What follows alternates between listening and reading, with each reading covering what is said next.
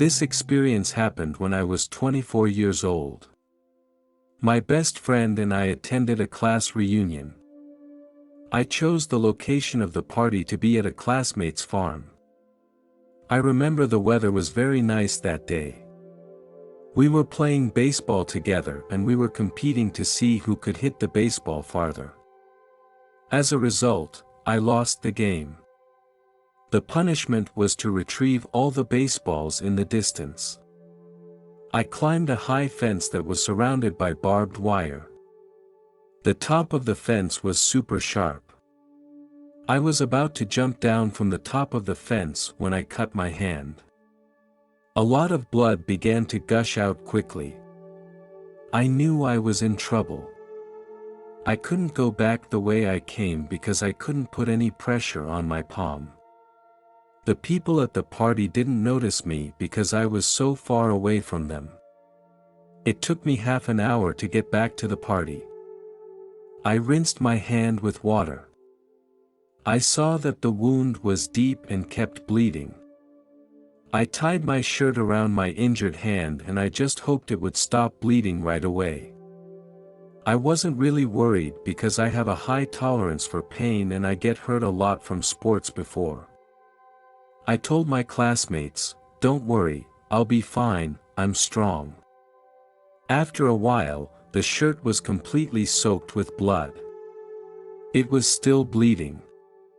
I regretted that I had jumped over the fence. I knew I needed stitches now, but the nearest hospital was an hour's drive away.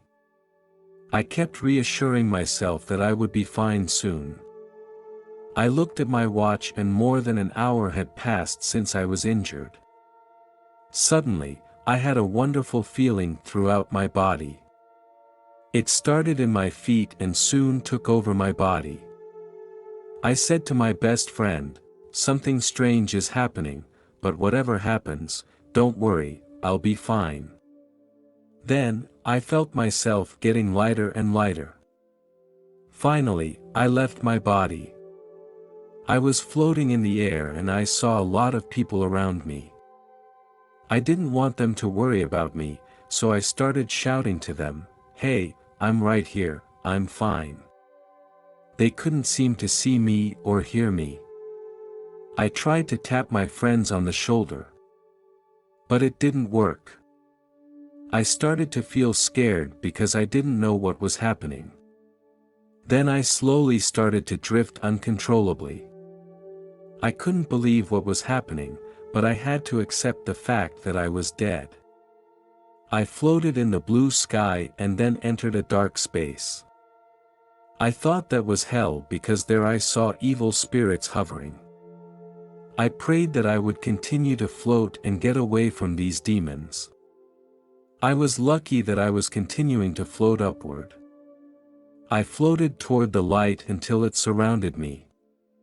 Then I heard a man's voice. He told me, "You had an accident and you can't be with me right now. I need to send you back." I tried to respond, but I was sent back into my body. I stood up in front of my friends, which surprised everyone. I was covered in mud and blood. I immediately said to them, "I just went to another place, you won't believe it."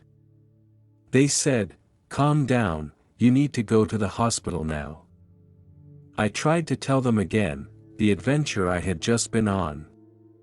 And they were just arguing about who was driving me to the hospital. No one noticed me, and I was frustrated. I wished I hadn't come back to Earth. I wished I was with God. Suddenly, I passed out again. This time, I left much faster than the first time. I was soon back where I was before. The voice of God appeared again. He said, "This is not a game, you must go back to Earth and help the others. I will send you back immediately." I was back in my body. As we were driving to the hospital, I told my friend all that had happened. He still thought the whole thing was crazy. At the hospital, the doctor stitched up my wound. I told the doctor about my experience. He laughed and left the room. I could have sworn that what happened to me was real. After this experience, I recovered some of my previous memories. I was only 7 years old. I had a conflict with a classmate and he hit me on the head with a rock. Then I was admitted to the hospital. I floated in the hospital's lobby. This time I didn't go anywhere else. I kept floating in the hospital. When the doctor finished treating the wound on my head, I re-entered my body again. All of these memories were restored after I attended the party. Next is our second story. When he was very young, he came to heaven. In heaven he met his grandfather who died of cancer. Let's hear his story together. This experience happened when I was 12 years old. It was still relatively popular to dye my hair. I dyed my hair red during the school holidays. My mother did not accept this fashion. My mother asked my father to take me to a haircut. Although my father didn't care about my hair, he agreed to my mother because he didn't want to listen to her nagging. That afternoon, my father took me to a barbershop in town. My father was busy talking with his friend. I sneaked out of the barbershop. I ran to my classmate's house to play until late. When I got home, my parents were angry and put me in the storage room. I was very depressed that night. Curiously, I put my finger into the socket that had electricity. Suddenly, an electric current passed through my body and I passed out. After a while, I heard my brother screaming. I tried to talk to him and tell him that everything was fine. She couldn't seem to hear me. I put my hand on her shoulder, but she didn't seem to feel my presence. I saw my body lying on the floor. I couldn't understand what was happening. Then I was pulled into a dark tunnel, faster than anything I knew. Then I saw a bright light, and it was brighter than the sun. You could look right at it and it wouldn't hurt your eyes. I walked through this light and found myself in a room. The walls were made of materials I didn't recognize. There was a stand in the middle of the room with a very thick book on it, and an old man was reading the book. He didn't say anything when he saw me. I was fascinated by the scene behind him. It was a beautiful garden. I saw a lot of people passing through a gate. After they passed through this gate, they flew straight away. The bridge was built of stone. I saw my grandmother in the crowd, who died in a car accident last year.